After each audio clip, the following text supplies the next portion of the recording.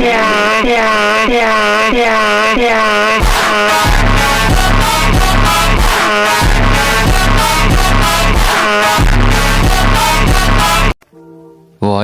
bu telefon 45 FPS edi-ku. Qanday qilib 90 FPS ochyapti? Aniq aytaman, sizning ham telefoningiz kuchli, lekin PUBG da FPS juda ham past. To'g'rimi?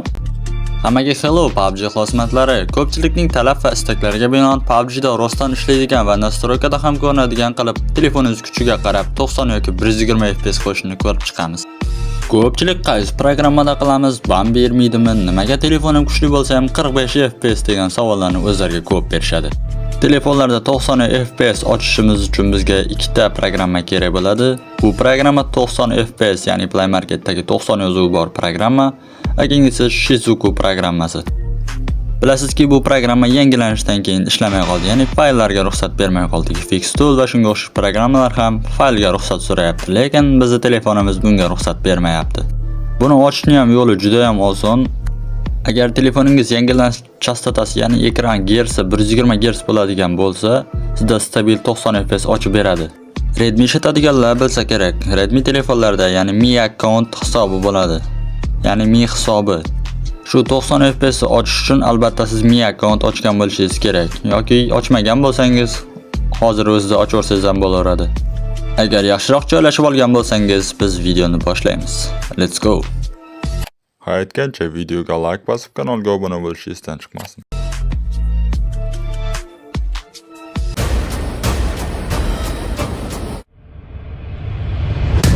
Qanday qilib 90 FPS ochsam bo'ladi? Albatta bu usul sinalgan usul. Mana ko'rib turganingizdek 110% garantiya beramiz. Kanalga obuna bo'ling va videoni oxirigacha ko'ring. Mana ko'rib turganingizdek bu usulni qo'llamasdan oldingi holati bu telefonimizni o'zidan 90 FPS ocha olmaydi. Mana nastroykalarni ko'rsatamiz, grafika mana zo'rg'a 30 FPS ochyapti. O'zida zo'rg'a 30 FPS da. Mana o'sha telefonimiz Vivo. Hozirlarga hammasini bir chekkadan ko'rsatamiz. O'tkazib olmasdan oxirigacha ko'ringlar. Ketamiz o'yindan.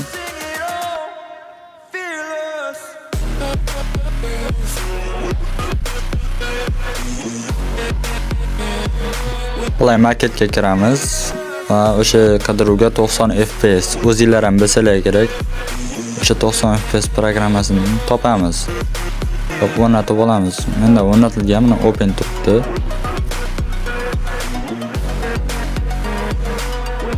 Bundan keyingi ikkinchi programmamiz bu Shizuku programmasi. Mana ko'rganinglardek Shizuku deb yozasiz. Mana shu mushukchan rasmi turgan bo'ladi. Buni ham o'rnatganman. Shuni o'rnatib olasiz. O'rnatib olganingizdan keyin mana ilovalar orasidan Shizukuni topamiz. Mana Shizuku ichiga kiramiz. Shu yerda pairing knopkasi bor, o'shani bosamiz. Mana bunga ruxsat beramiz. Bildirishnomalarga ruxsat so'rayapti. Ruxsat berib qo'yamiz Shizuku programmasiga. Keyin qaytamizda mana bu ikkinchi developer option bosamiz. Bu dasturchi tanlamalari bu inglizchada turibdi. O'sha yerga kirasiz. Avval Wi-Fi ga ulangan bo'lishingiz kerak, internet emas, faqat Wi-Fi da turishingiz kerak. Internet o'chirasizda Wi-Fi ishlamasa ham bo'laveradi, internet ishlamasa ham prosto tak ulanib turish kerak. Dasturchi tanlamalarni chiqarish o'zingizdan bilsangiz kerak. Vivo telefonlarda mana shu joydan chiqariladi. Mana 3-4 marta bosamiz. Redmi telefonlarda bilsangiz kerak. Keyin bitta bosamiz developer options, ya'ni dasturchi tanlamalari. Ichiga kiramiz va wireless debugging, ya'ni uncha talaffuziga nima emas. USB debugging yoqamiz va wireless debugging ham yoqamiz. Ko'rganinglardek, Mi account ochmasanglar bular yoqilmaydi. Mi account ochish kerak. Обязательно. Kirasiz. Keyin pastdagi startni bosasiz. O'zidan o'zi nimalardir yozadi kodlar. OK bosamiz. Yana pairingga kiramiz. Yana o'shanga kiramiz. Ya'ni dasturchi tanlamalariga. Bu joyda mana Pair Device Pairing Code degan joy bo'ladi. O'zi yuqorida ana kodni kirgizish uchun joy keldi. Mana shunga kirasiz. Va mana shu 941 177 kodini yozasiz. Va yuborasiz. Mana o'rnatildi deb keldi. Shizukuga ruxsat beradi endi. Bu joydan chiqib ketamiz. Yana bitta chiqamiz va start tugmasini bosib qo'yamiz.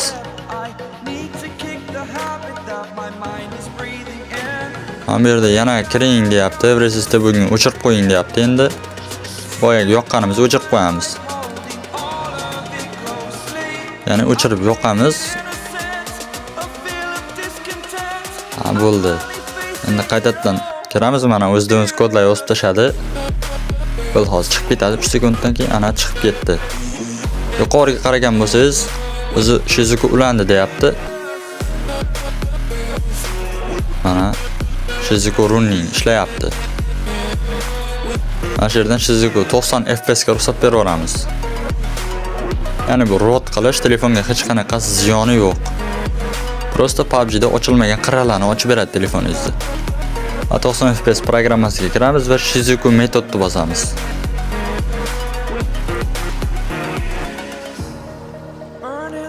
Undan keyin ham bu reklamalar chiqib keladi. 120 FPS ochish uchun mana videosini ko'ring deyapti YouTube'dagi. Biz ko'rmaymiz. Cancel bosamiz. 90 FPS telefon 90 FPS ko'tarar ekan. O'zi mana bosamiz 90 FPS. Yes.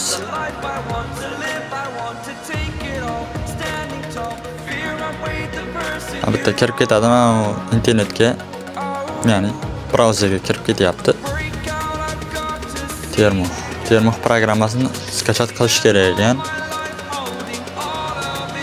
Mana shu esidan chiqib qolibdi. O'sha Termux programmasini skachat qilib olasiz. Agar skachat qilmasangiz, men Telegram kanalimda o'z tayyori bor. O'zilgan Termux, ya'ni mod. Bunda hozir kodlar yozish kerak bo'lishi mumkin. Agar meni Telegram kanalimdagini topsanglar, skachat qilasizlar, ichiga bitta kirasizlar bo'ldi.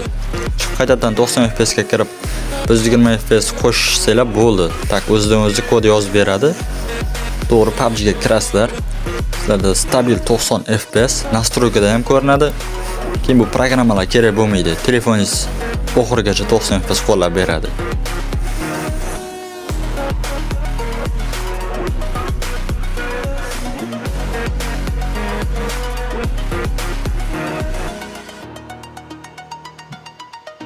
Mana chiqib ketamiz. Bo'ldi, bitta kirib qo'ysanglar bo'ldi. Qaytadan 90 FPS programmasiga kirib, unlos 90 FPS. Bosamiz, mana ketdi. Bo'ldi, mana reklama ham chiqib keldi. O'sha reklamadan chiqamiz va launch game bosamiz. Hozir natijasini ko'rasiz. Nima bo'ldi? PUBG. Bu Vivo telefon ko'pchilik odam telefoni Vivo bo'lmasligi mumkin. Agar Redmi ga desanglar, Redmi ga ham chiqarishga harakat qilaman. Agar bu usul o'xshamasa, sizlarda Telegram kanalimga kiringlar. Telegram kanalda hamma usullar, nima programmalar hammasini tashab qo'yaman. Qidirib yurmaysizlar. Mana kirdi o'yinga. Biz ko'ramiz. Telefon almashmadi. Xuddi o'zi telefonni mana nastroyga kirib ko'rsaman. Mana sizlarga 90 FPS, 30 FPS ochyotuvdi boya ko'rganinglarda 40, 60 va 90 mana xuddi o'zi o'sha telefon. Bu hech qanaqa cheat yoki ban bermaydi, bu cheat emas. Prosta tak telefoningiz ochilmagan qirrasini ochib beradi bu root. Meni qo'llab-quvvatlab podдержка qilib kelayotgan barchaga kattakon rahmat aytmoqchiman. Sizlar bor, sizlarga Karol PUBG kanali bor. Agar videom foydali bo'lgan bo'lsa, iltimos obuna bo'lish knopkasini bosib qo'ying. Biz ham 100 ga bo'lib streamlar qilishni xohlaymiz. Lekin vaqtga qarshi obunachilar unchalik kelmayapti. Agar ushbu video bir hafta ichida 2000 ta like yig'sa, keyingisi Redmi telefonda bo'ladi. Ya'ni Redmi telefonda qanday qilib 90 FPS ochishni o'rgataman. Ha, aytgancha, TDM sekretlarini ham o'rgatishga qaror qildim.